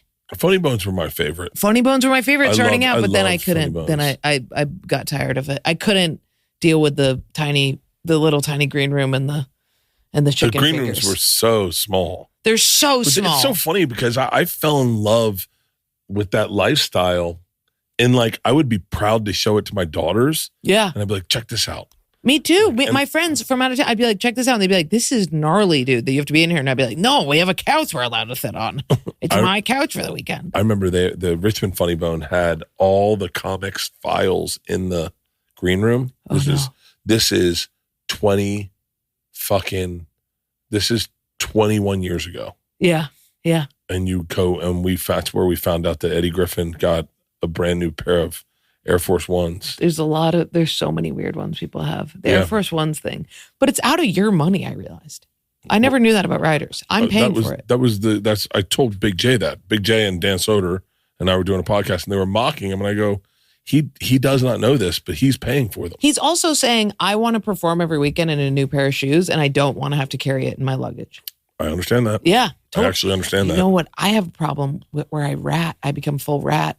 Like if I go on the road with Segura, dude, at the end, I'm taking every chopstick, everything he's leaving behind. Because I'm like, I'm taking this. And on my road, I'll take because I asked for coffee, I'll take the whole cold brew thing with me and leave. It's bad. Oh, no, it's not. You know what? I get a little frustrated at like riders in general. And I have to let go of it because ultimately I'm cheap. Okay. Ultimately, I'm very cheap. Yeah. In that if I see a big charcuterie board, I go, I know I paid for that. Yeah. And I know wasn't cheap. It was like $180 for this wild board. I was like, yo, let's have cheese on the bus. Let's bag this up. Yeah. And you can see the other comics are like, just leave it. Yeah. And I'll be like, no. I know. People always, dude, my opener will be like, you can't, this is crazy. You don't have to take the hard-boiled eggs with you. I'm like, it's okay. I'm going to need it. I take all the diet root beers. I take all the beers. I take, my rider is very simple. It's diet root beer. I usually get IPAs, just local IPAs. Yeah. And then bottle of Porosos, which every time comes with me. There was a period of time where we were in my rider, and I don't know why, there was Rogaine. So I've been on Rogaine since I was 22. Really? So there was always a box of Rogaine. And I saw it, and I always just thought, oh, they brought Rogaine in here. And then one day I realized Rogaine was on my rider, and we've been leaving Rogaine around the country, which is expensive. Oh, wow. And I'm like, wait, hold on. We gotta clean these green rooms up. Like this shit's coming with me. Yeah. And like I am, as a matter of fact, I just did Spokane. Yeah. And I just did Spokane. Oh, for real? Yeah, the club. But yeah. Weird town.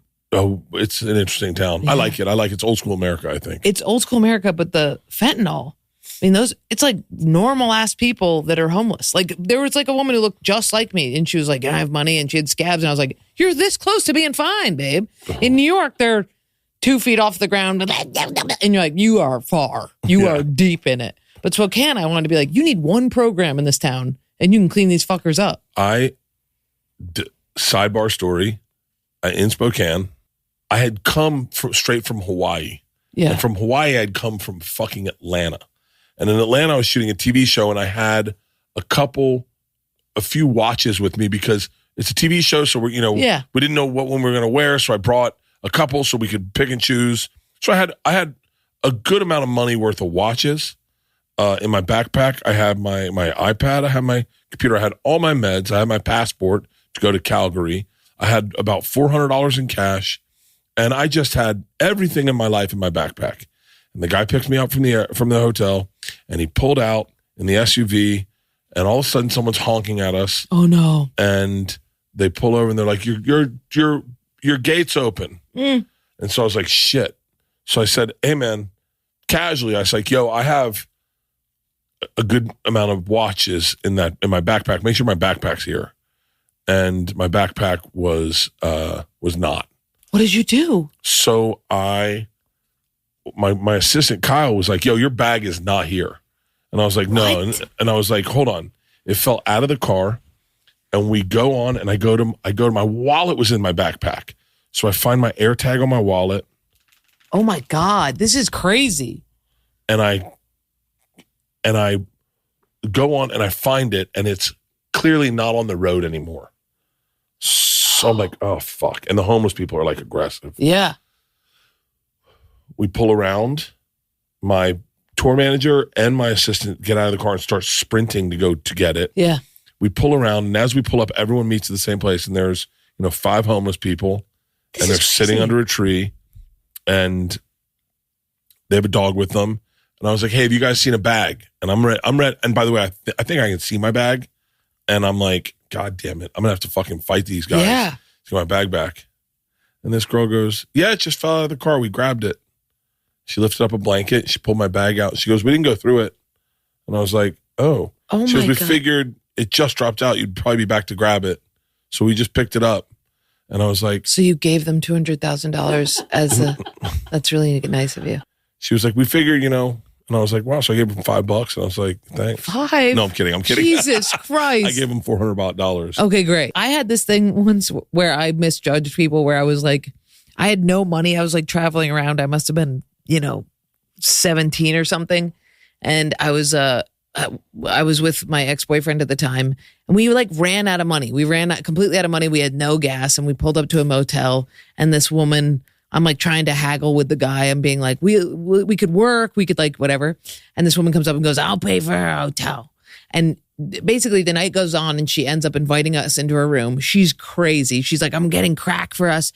And she's like, we're going to all have a threesome. And me and my boyfriend are like, no. And she's like, oh yeah. And we're like, oh my God, we've like accepted this thing. And then she goes, I'm going to call my crack dealer. And he shows up, and he is realistically a 7 foot tall, huge black man with one glassy eye. And I'm like, great, we're dying. We're going to die. And he walks in, and I'm like, fuck, please, this is crazy. Shuts the door behind him. I'm like, it's over.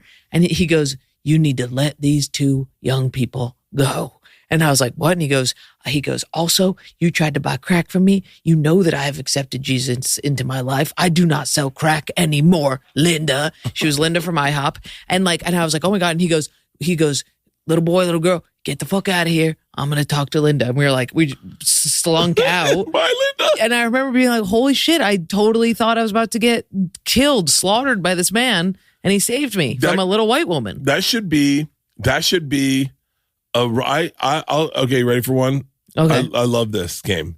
I was in Sacramento at a Holiday Inn motel. It was a motel. Okay. So, and it was, I don't know what I was doing there, because I wasn't doing the comedy. I might have been, anyway, motel. There was an Indian wedding there that day at this motel. At a motel. Yeah. With an elephant and everything. I mean, they had everything. Yeah, they arrived at the motel on an elephant, a huge Indian wedding. And I go in to the hot tub, and there is the most white trash dude with his 3 kids in the hot tub, and one of his kids is like fucking 1 or 2, and I'm like, and I know from having kids, you can't let a kid that young get in a hot tub. It's bad for their brain. Yeah.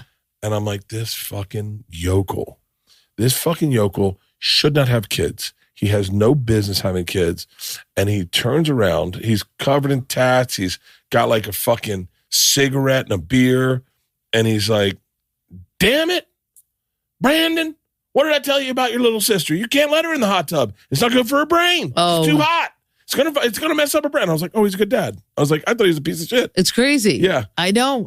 It's nuts. You can. And that's why racism doesn't work. It doesn't work. As hard as we try. It would be so easy if it did. It'd be so nice. Yeah, you could just be like, stay away from those ones. Yeah. Yeah. So easy to point them out. We look so different, but no, it doesn't work that way. It's crazy. It's insane.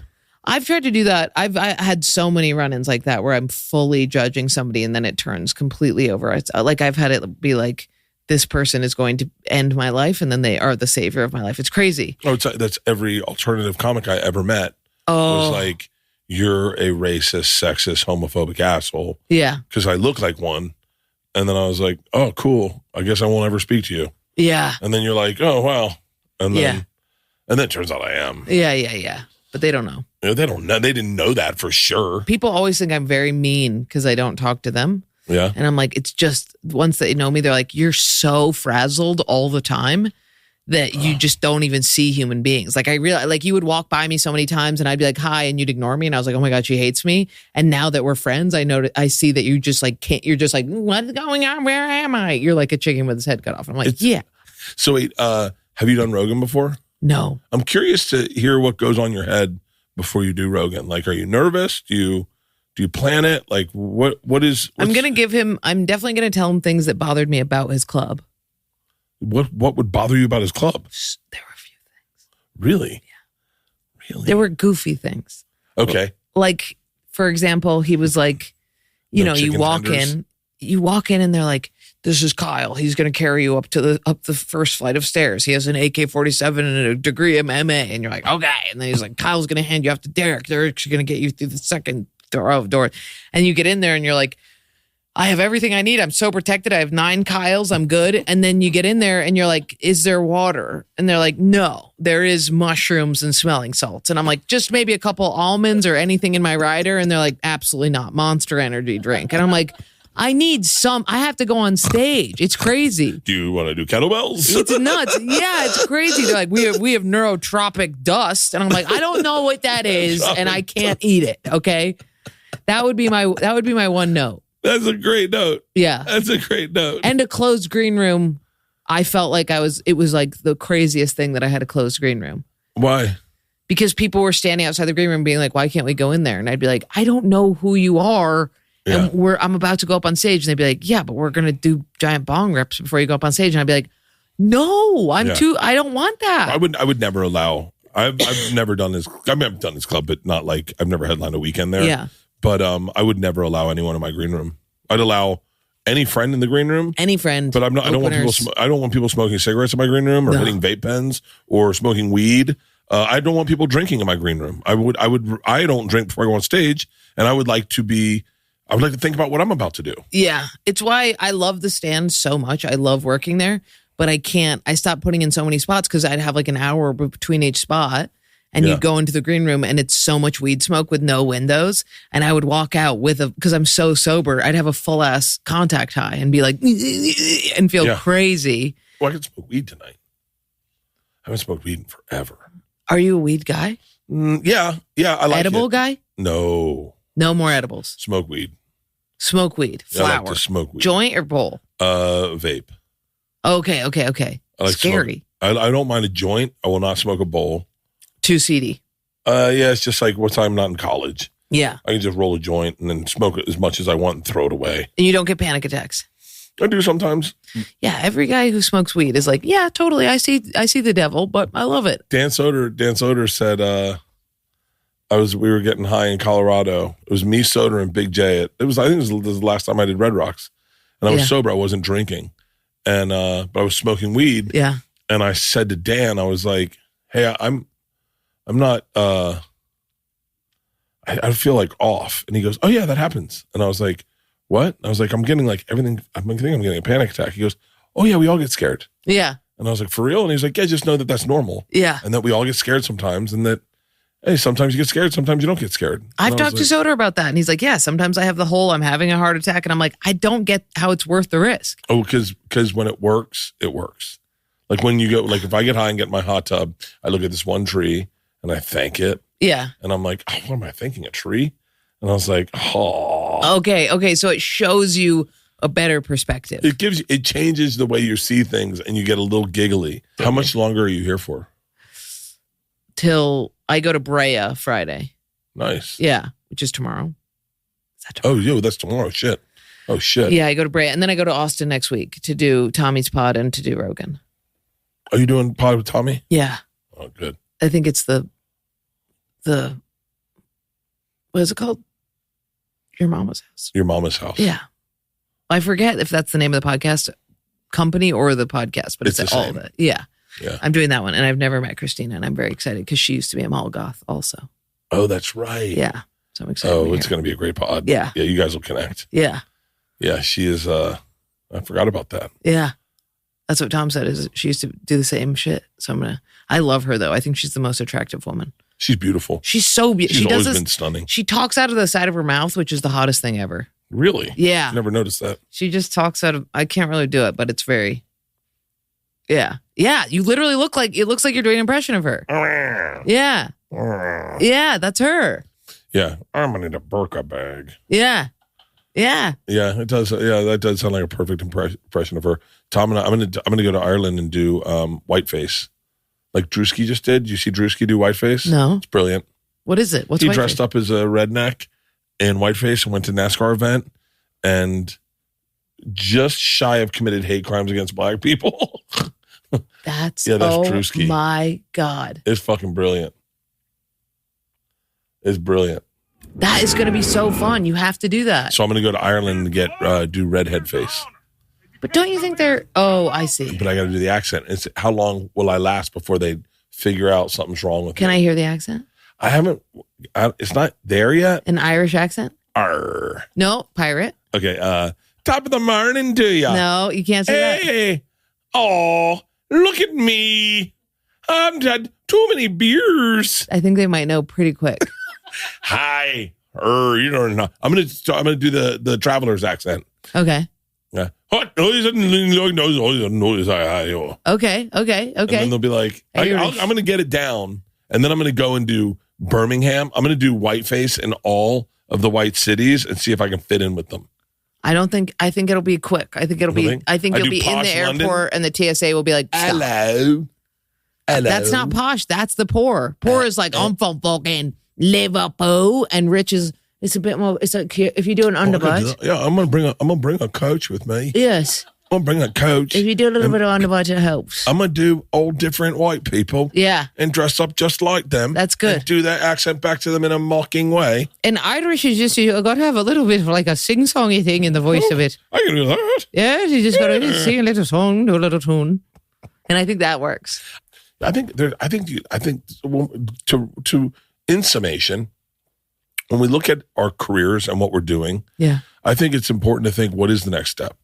I'm so jealous of the tour bus life. Really? Yeah. It's awesome. I hate flying. I don't hate it, but I'm so fucking sick of airports. Just getting on a bus with the snacks that I like and sleeping in the little coffins. And your friend can go with you and you guys work out. Is it crazy? Like what level do I have to get to have a little tour bus? You're at the level already. Really? Yeah, of course. If you're doing a theater, you can do it to a bus. Really? Yeah.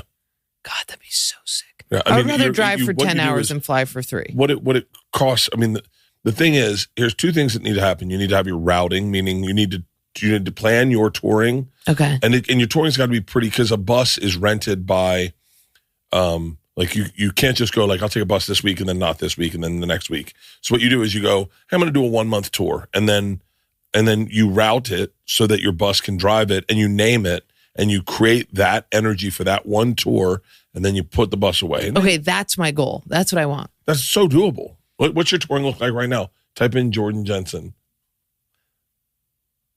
Tour. Yeah. Let's see what your tour looks like. It's probably on Punch Up. Yeah, the third one. No, that's my website. That ain't shit. You don't have it on your website? I got to delete that thing. I use Punch Up. What's Punch Up? Punch Up is a thing. Yeah, Brea, it's like Brea, a catch-all. Brea. Okay, so for clubs, it's not, unless it only works when you want to live in the bus. Okay. You have to live in the bus. But if you're doing like a weekend in a club, it's so much nicer to be in a hotel. Yeah. Although I have done weekends where I've lived in a bus at a club, like when I'm right before I do an hour, right before I do my hour, I spend month and a half just living on the bus, and I'll do clubs on the way to do theaters, on the way to do arenas. So can't you just do the buyout for the hotel and sleep in the bus and make money off that? Yeah, you 100% can. I don't know if it's probably the same. You can do the buyout for the flight and the hotel, and they would cover the bus. Yeah. Yeah. But you have to be comfortable living on a bus at like the Brea, which I would be fucking fine with it. I just would love to be Rochester, forced to live on a bus. Greenville, Eugene. I've always wanted to. I'm going to be in Eugene, but I've seen that comedy club so many times. I've heard it's so fun. I stay right across the street from it when I'm in Eugene. Yeah. But yeah, I'm going to be in Eugene, Ian Dublin. said it's so good. This is just a Europe tour. Let's slow roll this European tour. Dublin, Ireland, London, England, Amsterdam, Oslo, Stockholm, Paris, France, Berlin, Yeah. Nashville. It's a rare little European city. Um, I don't even know these. San Diego, Sacramento. God, you're touring like crazy. It's fucking crazy. Hilarity is such a great club. It's my favorite club. Houston Improv. I used to do the Houston Improv. And then you're doing the Wilbur on March 20th. Yeah. God, that's fucking awesome. Yeah. I'm stoked for the Wilbur. I love that. I think that's probably is my favorite room that I've ever performed in. It's a great room. They're like on top of you. It's amazing. Yeah. It's so sick. Yeah, Bill Blumenreich is a really fucking innovative thinker. Yeah, Tom was like, we did the Wilbur together maybe, or maybe I opened for him, and he was like, you should have Jordan. And he was like, put a date on the books right now. And I was like, hell yeah. March 20th. Yeah, it was crazy. It was so nice. That's awesome. I hope this special is going to be awesome. I hope so. I need men to watch it. I believe that women will watch it, but it's very, the messages is very, men need to see it too. That's very important to me. And like women who have tight sphincters in the Midwest. I need them to watch it too. Yeah. Oh, I think it's fucking phenomenal. Thank you. But I've been a fan of yours for so long. Congratulations on the new special. It's awesome. Thank you. I can't wait to hear you on Rogan. It's going to be fucking great. I hope so. It's going to be great. Yeah. Don't ever forget. I always say this, but like, he's a comic. Yeah. So like, that's the thing that like, he's just a comic. Yeah. He's the sweetest guy in the world. He's the fucking greatest guy you'll ever meet. He's the best thing that'll ever happen to you. And he's awesome. And he loves comedy and he loves fucking fun people. Okay. Great. Awesome. Thank you. Hey, I needed to hear that before I went. You're going to have a fucking blast. Awesome. Smile. It's fun. It's supposed to be fun. Really? Yeah. Okay. Just smile. Just go have fun. Okay. And you can't offend him, so you're good. Great. Yeah. I love that. But just don't talk about vaccines. Robert F. Kennedy. Yeah. No, I'm kidding. Yeah. I'm going to talk to him about boxing. I wanted to get into that. I'm really into boxing. See if we can. Oh, he gets deep. He gets really deep. Hell yeah. Well, thank you for doing this. It's a pleasure to finally sit down and hang out with you. Yeah, I'm so glad we got to. Fuck yeah.